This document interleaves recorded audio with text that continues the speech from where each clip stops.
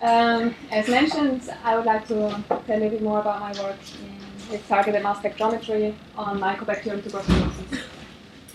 First of all, I would like to start with a brief introduction about tuberculosis. So tuberculosis is an infectious disease of the lungs, which is caused by infection with Mycobacterium tuberculosis, and from now on I will just abbreviate it with Mtb. Mtb is one of the world's oldest pathogens, so it has been associated with humans for tens of thousands of years already. But it's not only the world's oldest pathogens, but also the world's most successful human pathogens, because still today, even though we don't hear so much about tuberculosis anymore here in the Western world, still a third of the world's population is latently infected with Mtb. And these latent infections can reactivate, which happens in about 10% of the cases, and this usually happens when the immune system is compromised. So for example, when you have a co-infection with HIV, which destroys your immune system, this would be a huge risk for the reactivation of tuberculosis, or also malnutrition or aging. And once the disease breaks out, it's deadly in many cases, so it causes 1.3 million deaths each year. We do have a vaccine against tuberculosis, but unfortunately this vaccine is only active, it only protects children from disseminated forms of the disease, but it's not very effective to protect adults from the most common forms of pulmonary tuberculosis. And we also have antibiotics to treat tuberculosis, but again, these are not very effective, so you would have to take a mix of 3 to 4 antibiotics for over 6 months to be able to cure tuberculosis. And of course, this lengthy and kind of complicated drug treatment poses a huge risk for the development of drug resistance, because people have difficulties to stick to such a complicated treatment. And this map over here is from 2012 from the WHO, and it shows all the countries that have reported at least one case of extensively drug-resistant tuberculosis.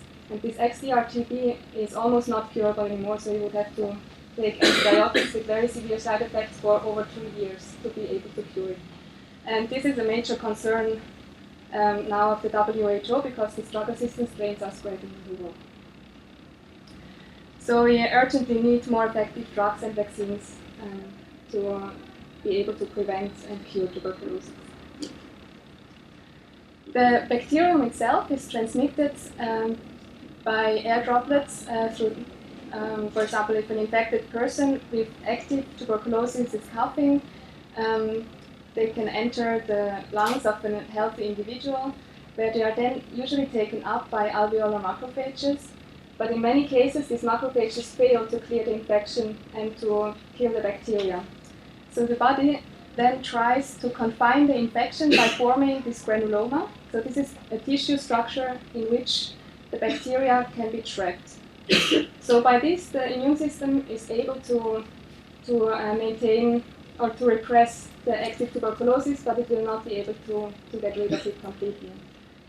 And the bacteria can actually survive in here for many, many years, even decades.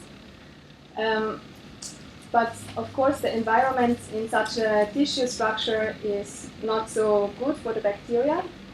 For example, hypoxic conditions and not many nutrients. But the bacteria can survive these conditions by entering a dormant state. So it's a non-replicating state. They're not well enough to divide, but they can survive. And this dormant state is of big interest in the tuberculosis research now, because this dormant state is also what is the reason for this very difficult to treat infection. So that's why the bacteria are so resistant against the drugs. So we would have to have a better understanding of these molecular mechanisms underlying this dormancy and this ability to adapt to these adverse conditions that are found in these granuloma tissues. And to understand these molecular mechanisms, we are interested in the proteins, because proteins are the main molecular players in a cell and also the targets of most drugs. So Mycobacterium tuberculosis has 4,012 annotated proteins, and as you know, traditional approaches to measure proteins have been based on antibodies, but in TB it's quite bad, so we don't have antibodies for many proteins. And this means that we basically don't have tools available for accurate protein quantification in Mtb, especially when it comes to complex samples. For example, when we want to study Mtb inside human macrophages, where the tuberculosis proteins are very low abundant, or for example in lung tissue resections. So our goal was to establish tools for the accurate quantification of all proteins of Mtb, even in complex samples. And this is an outline of my talk. So I would like to show you how we generated a resource of SRM assays for all proteins of Mycobacterium tuberculosis, and how we expanded this resource for use with SWATH MS. And then I would like to show you some applications of these resources, which I call the Mtb Proteome Library, to study the proteomic adaptation of Mtbs to stress conditions, which are relevant to infection. And last but not least, I would like to show you some results from SWATH-based absolute label-free quantification on a genome-wide scale in Mtb. So, to measure proteins in Mycobacterium tuberculosis at a high quality and with high sensitivity, we would like to use targeted proteomic techniques. And these are mostly SRM and SWATH MS. And just to remind you, with SRM, we have to limit ourselves to a few proteins, but we can measure these with very high sensitivity. So we can see very far down in the proteome. So this is the method of choice for the quantification of selected proteins in highly complex samples, such as, for example, infected macrophages and tissues. On the other hand, we have SWATH MS, which is this new targeted proteomic technology that also Rodi mentioned yesterday. And here we can measure 2,400 proteins in a single MS injection in Mtb. So we have very high proteome coverage. That's what you can see here. Not exactly the same sensitivity as we have with SRM, but a much bigger coverage. So this SWATH MS is the method of choice for proteome-wide analysis of Mtb in medium complexity samples, such as, for example, just Mtb cultures without the human macrophages, for example. But because both of these are targeted proteomic techniques, we need prior information to measure the proteins, and this is what we call an assay, which would be like the precursor mass of a peptide, its fragmentation pattern, the collision energy, the retention time, etc. And of course, it can be tedious to establish these assays, but the good thing is that once you have them established, you can use them again and again. That's also what you have seen yesterday in the tutorials already. So this is the workflow of the generation of this Mtb Proteome Library, which is a resource of assays to quantify every protein of Mtb by SRM. And I divided this workflow into 3 phases. So we have on the one hand the proteome mapping phase, then we have the actual assay library generation phase, and then we have the validation phase. And I will now go through all of these phases individually and show you the results. So first is the proteome mapping phase. So before we start anything, we need to know what is there in this bacterium, what fraction of the proteome can we actually detect by mass spectrometry, just to get a feeling and to get some reference data. And to get a very high protein coverage, we used isoelectric focusing by off-gel electrophoresis on the peptide level to fractionate whole cell lysates of Mtb. We used here fractionation into 24 fractions, and then we injected each of these fractions separately in the mass spectrometer, and by this we could reach a very high proteome coverage. So you can see the whole circle is the 4,012 annotated proteins, and we can detect 77% of the whole proteome by mass spectrometry. So this also means that at least 77% is expressed in the bacterium during standard laboratory conditions, which is actually a pretty high fraction. And of course, now we don't know what's going on with these guys, if we just don't detect them or if they're just not expressed. And to get a feeling for what is expressed, I compared my proteomic data to a recently published RNA sequencing dataset, which has been obtained under similar growth conditions than what I used for my proteomic experiments. And you can see that the overlap between proteomic data and the RNA sequencing data is pretty high, so we actually can assume that the 77% is almost all that is actually expressed in the cell. So we are able to detect the entire proteome of Mtb. And then in proteomics, of course, we are always limited by the genome annotation. So we rely on a correctly annotated genome. And the problem in Mtb, even though it has been sequenced very early on, already in 1998, different Mtb gene annotations differ in up to 15% of the annotated genes. And this is because it's a GC-rich genome, and this had not so much homology to other organisms, so it's very difficult to do a proper annotation. And for example, different start codons have been designated for over 50% of the annotated proteins, and that's quite bad news for us, right? Because we rely very much on this correctly annotated genome. So I was wondering if I can actually use my proteomic data to improve gene annotation. And this is a strategy which is called proteogenomics. What we do here is to take the whole genome sequence of Mtb and we translate it in all the 6 reading frames. So we get all possible proteins that could ever arise from this genome sequence. And then we search our extensive shotgun proteomic data against the 6-frame translated database. And we fish out all the peptides that we identify which don't map to already annotated proteins. So these are potentially new protein sequences. But the problem is that this huge 6-frame translated genome database is very big, and you have to be careful with false positives when you search against such a big search space. So we added very stringent quality criteria, and we also had used the rule that we only call a new protein if we have at least 2 peptides for that protein, and we then cross-validated all these new proteins with RNA sequencing data. And then, in the end, we can then submit these new gene models and this improved annotation to our standard tuberculosis database, which is called Tuberculosis. So this is what happens when we do this. So we have on the one hand all the annotated proteins, and we have the identified proteins. And where our identified proteins match to the annotated proteins, this can be called the confirmation of annotated genes, and that's our 77%, right? And then we have the identified proteins which have not been annotated before. This would be new genes. In our case, this was 1%. I will show you afterwards. And then we have this fraction of proteins that have been annotated but which we cannot detect. And this could be either wrong annotation or pseudogenes that are never expressed, or just proteins that are not detectable by mass spectrometry because they don't produce the correct MS-compatible tryptic peptides or something like this. Okay, so let's have a look at these new genes.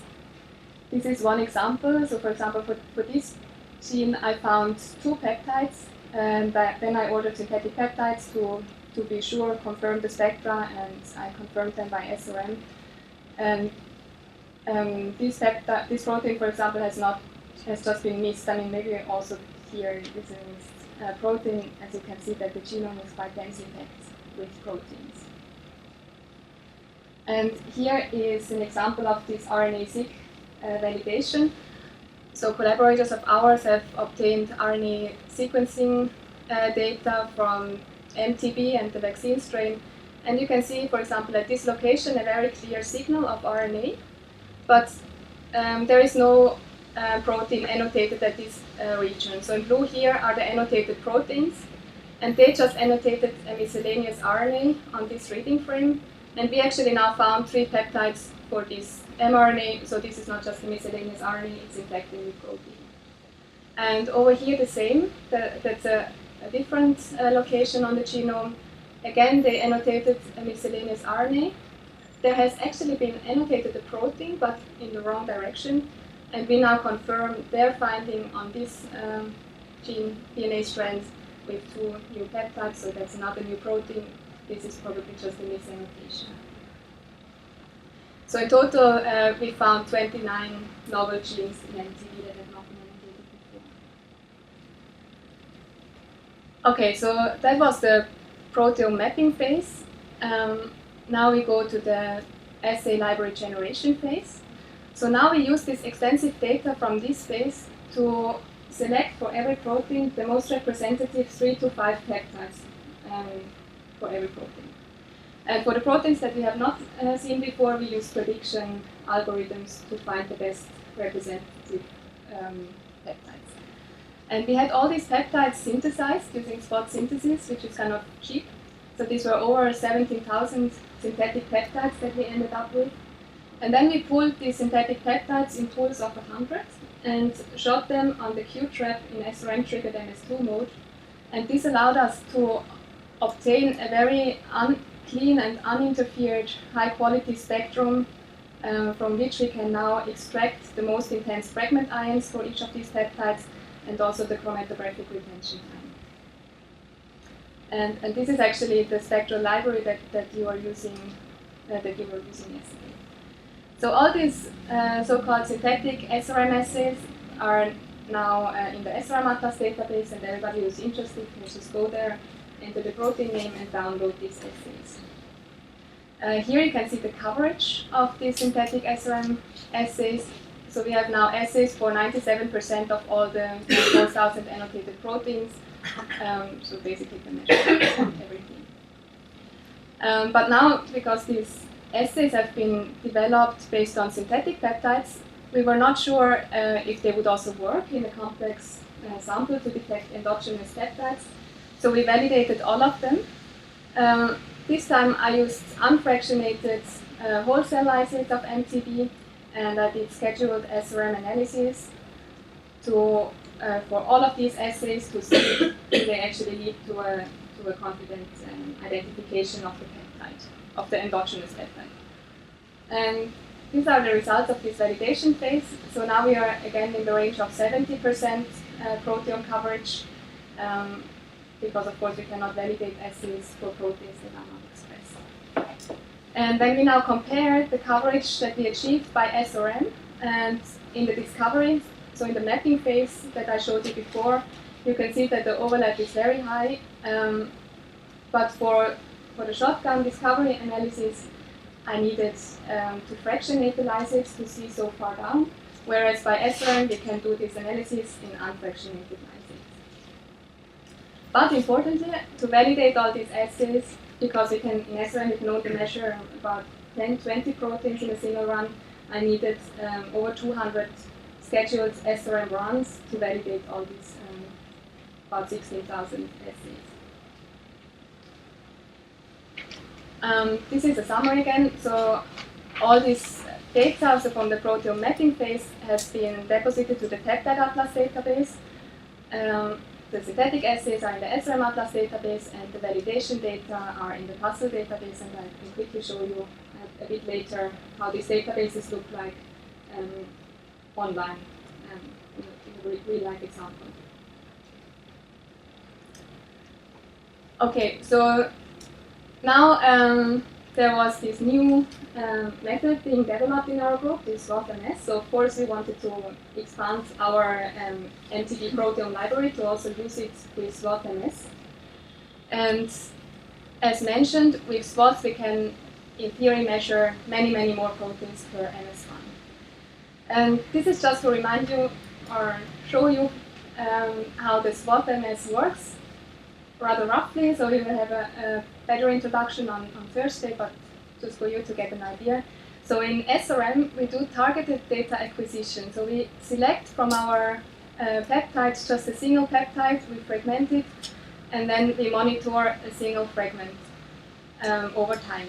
And we do that not only for one transition or one fragment, but for several, so we end up with a nice peak group for each of our peptides. In SWATH MS, we do data-independent acquisition, so we don't use any knowledge for the data acquisition. So here, we just cycle with our mass spectrometer through the entire mass range of the tryptic peptides in bins of 25 Dalton. We co-isolate the peptides within 25 Dalton, we fragment them all together, and we record a highly multiplexed MS2 spectrum. And This MS2 spectrum is recorded on a TOF mass analyzer with high mass accuracy and high resolution. But of course, these MS2 spectra are so complex that we cannot search them anymore with normal search engines like what we would use for shotgun data. So now we need new strategies to analyze this data, this highly complex MS2 spectra.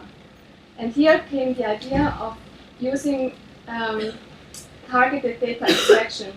So instead of SRM, where we needed the prior information already to obtain the data for the measurement, here we do the measurement independent of any prior knowledge. We record everything, but then we use the assays to go targeted into the data and extract just the signals that we are interested in.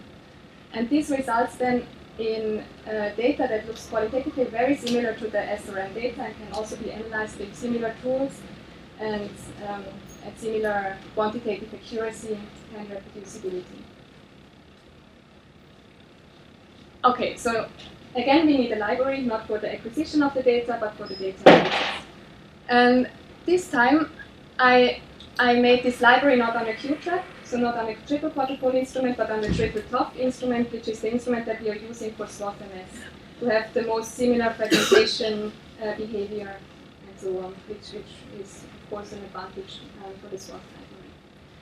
And I didn't use only the synthetic peptides, but I also used fractionated lysates and whole cell lysates, and I acquired all these samples on the triple TOF in shotgun mode, which again gave me nice MS2 spectra. And we will also have a lecture on this on Thursday, what are important considerations for these measurements. And then we converted these MS2 spectra. We again extracted the most intense fragment ions and retention time, and finally ended up with a huge table of SWATH assays for Mycobacterium tuberculosis. And this data is now in the SWATH Atlas database. So my final SWATH assay library contains over 200,000 fragment ions. For SRM, it was about 80,000 fragment ions. These fragment ions belong to 40,000 peptides, which cover almost 4,000 proteins. In SRM, as mentioned, I just used the synthetic peptides, but here I used also fractionated lysates and whole cell lysates, so I'm even more comprehensive. And because I know that most of you are not working on tuberculosis, I wanted to introduce you to a similar scale but human SWATH assay library, which just has been completed by a colleague in our group. It's called the Pan-Human Library. So it's a SWATH library for about 10,000 human proteins. And this has just been published in Science Data, so you can download it. It covers 10,000 human proteins with about 140,000 peptides and over 1 million transitions. And this Pan-Human Library has been obtained by over 300 MS injections of cell lines, the NCI60 panel, for example, as already has shown you yesterday, blood, plasma, kidney, gut tissues, monocytes, neutrophils. Many of these samples have been fractionated and analyzed for different projects that we have in the lab, and now we compiled them all to make a huge SWATH library for human. Also importantly, all these spectra that we have in this library, all these assays are very strictly quality controlled, so there shouldn't be any false positives, which is a very important aspect for such huge projects. Okay. So now I wanted to quickly show you how this looks when you go on the web. So when you now, for example, wanted to download this SWATH Atlas database, this is the Peptide Atlas database that I've shown you before, where I put the shotgun data. There is the SRM Atlas database, the puzzle database to deposit the actual SRM traces, and now, very new, there is this SWATH Atlas database where we have uploaded the Mtb, the yeast, and the human SWATH Atlas. Okay,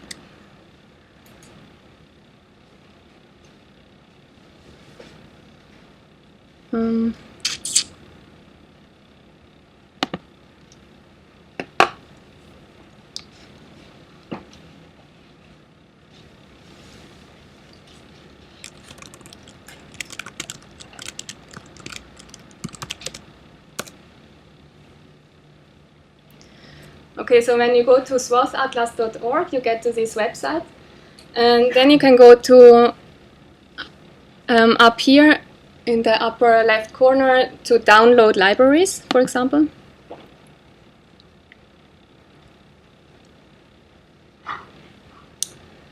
And then you get to this page. So it still needs to, I think we still have to work a bit on making it more user-friendly and more clear what is what on this page.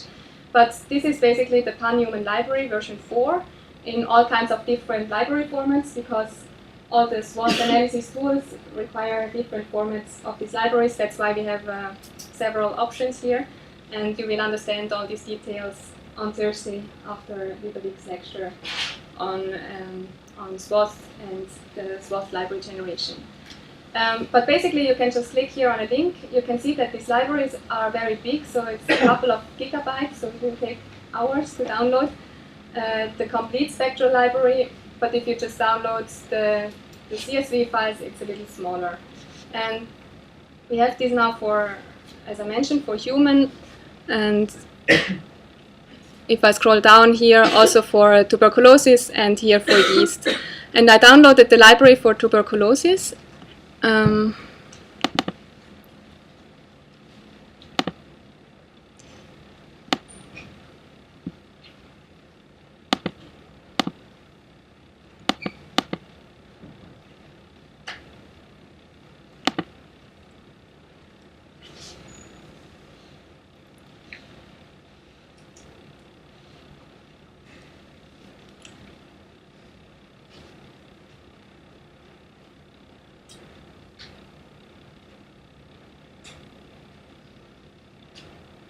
So it's pretty big file, so it takes a while to load.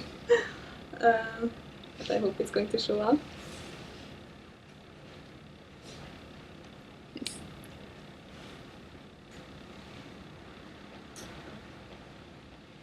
So that's just to give you an idea of this, what is a SWOT assay library, right? So on the one hand, we can have this library as a Spectrast library with the spectra. That's what you used yesterday to upload into Skyline. And this is one format for such a SWOT assay library. That's what you use when you want to pick the fragment ions yourself. And what you can also do, and what might be easier, is to use the SWOT assay library in a table format, where we already pre-selected for you the 6 most intense fragment ions.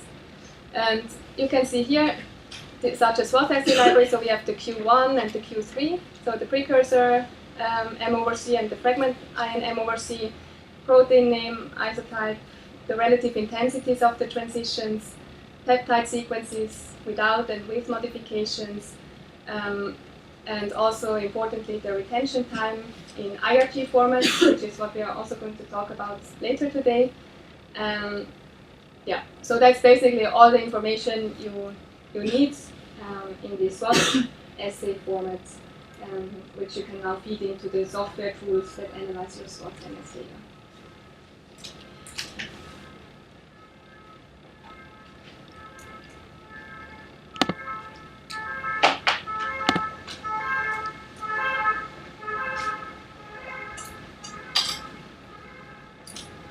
Okay, but now how does this SWOT MS compare to SRM?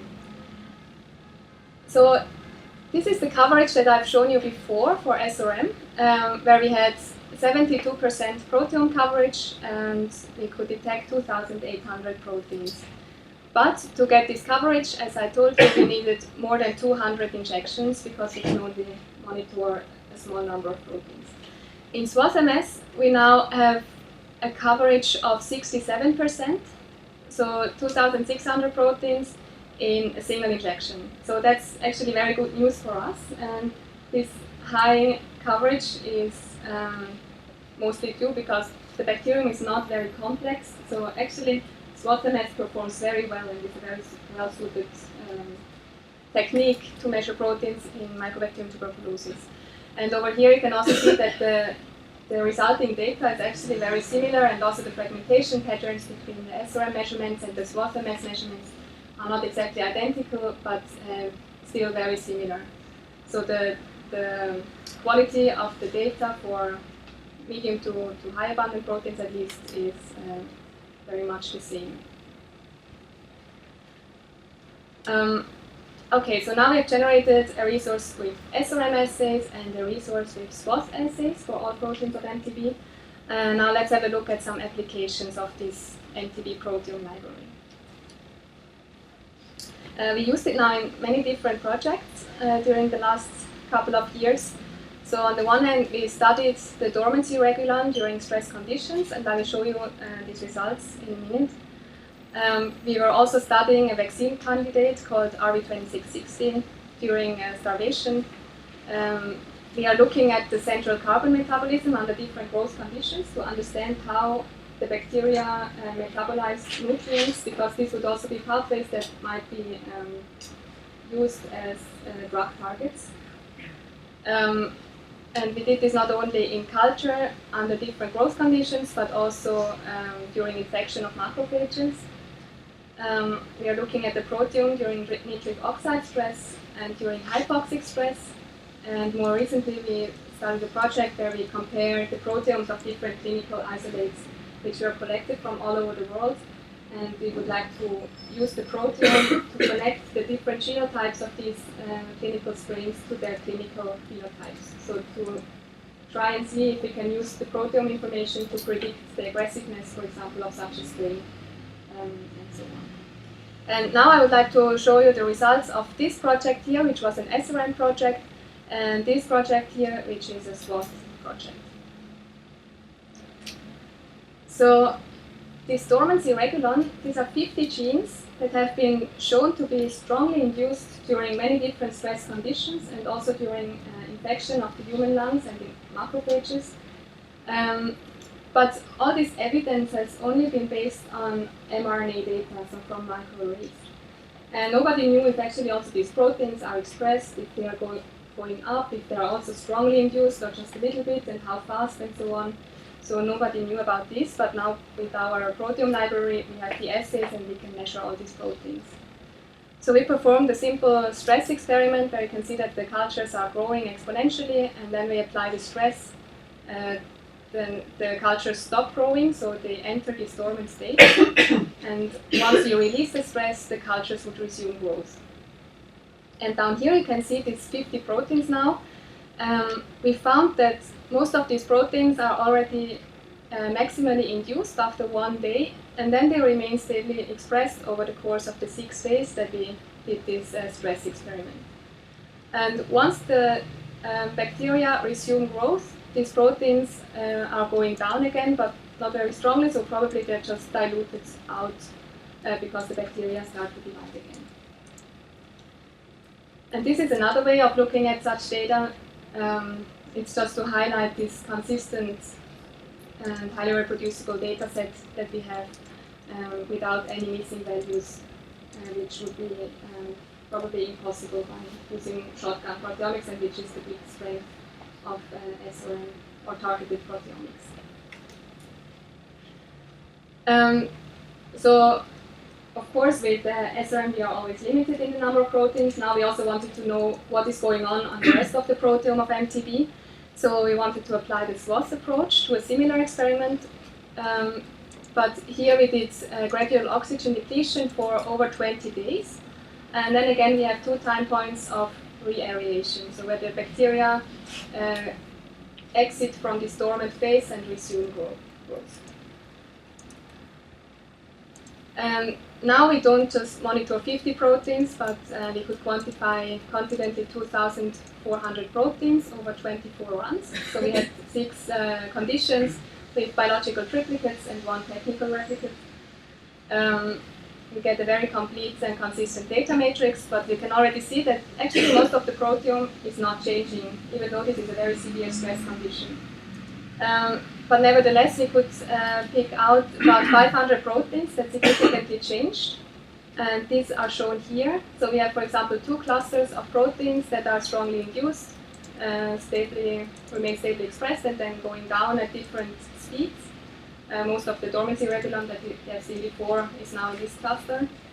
But then we have also proteins that are going down during the course of this hypoxia at different speeds and different dynamics, or proteins that, for example, don't come up to the original, to the starting point within 2 days.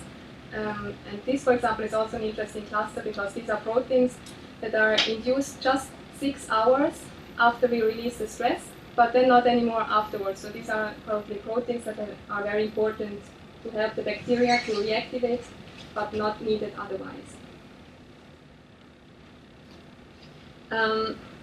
Okay, now to finish off, I would like to show you how we did absolute quantification in Mtb in a label-free manner. Because sometimes we are not just interested in how proteins change over time. We don't want to know that the protein is going up or down, but we want to know how much of the protein is actually there.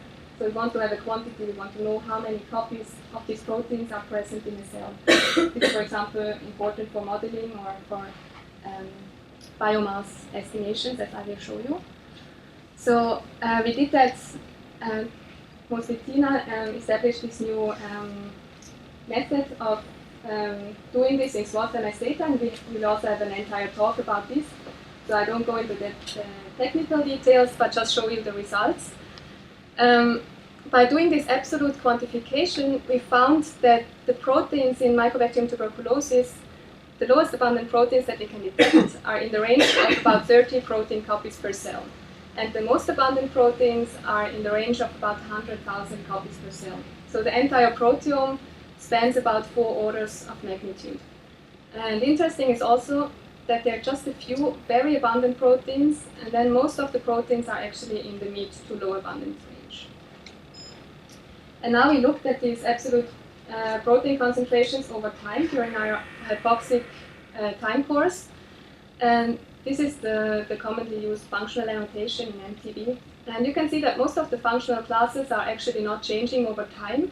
There is just one functional class, which is the dormancy regulon that we have seen before, that is changing very strongly during this stress time course. And before we just knew that these proteins are being upregulated, but we didn't know to what extent. So now with these absolute concentrations that we have, we can say that these less than 50 proteins of the dormancy regulon actually make up over 10% of the entire cell. So these must be very, very important for this adaptation to the dormant state. So again, here in gray, I don't know if you can see it, is these lines are all the proteins, and in red are the proteins of the dormancy regulon. And you can see that they are so strongly induced that they reach the highest levels of the proteins. So these are the most abundant proteins in the cell in the absence of the stress, and the dormancy regulon is usually rather low abundant and comes up very strongly. And to our surprise, for example, the ribosomal proteins, which are also quite high abundant, they did not change during this time course, even though the cells stopped their growth completely for almost 3 weeks, right? So we would have expected that these proteins are going down, but they don't. They just remain stable and probably help the cell in the end to reactivate quicker because the cell doesn't have to produce all these proteins from scratch. And now we are using this data for, in collaboration with other people for mathematical modeling. That's where this data is probably most useful to really mathematically describe the fluxes, for example, in the context of the metabolism, to build models of the cell. And this brings me already to the conclusions. So we generated a powerful resource of validated assays for the accurate quantification of 97% of all Mtb proteins. So we have this for SRM and for SWATH MS. We then obtained for the first time protein information for the dormancy regulon during hypoxic stress. We acquired a proteome dataset of very high quality and coverage during hypoxic stress by SWATH MS. We developed a strategy for proteome-wide absolute protein quantification based on SWATH MS data. That's what Tina is going to show you tomorrow, or tomorrow. And we obtained a unique reference dataset of absolute cellular protein concentration during hypoxic stress. So overall, I hope that I could show you that we here established the tools for the sensitive, reproducible, and accurate quantification of all Mtb proteins. And now, of course, we hope that this resource is indeed used in tuberculosis research and would help to do better research to find drugs and vaccines to treat and cure tuberculosis. And of course, all this I haven't done alone, but with the support of many people. And first of all, I would like to thank Rodi for giving me the opportunity to work in his group and for all his support during the years. I'd like to thank Tina, who contributed a lot to all this work. I'd like to thank George, Hannes, and Ariel for all their contributions and discussions, and many other people in our group. This is the crew in Seattle who are setting up these SWATH Atlas databases, and we're in close contact with them all the time. And these are our tuberculosis collaborators in Berlin who provide the samples of the pathogenic tuberculosis strains. And with this, I'd like to finish and thank you for your attention.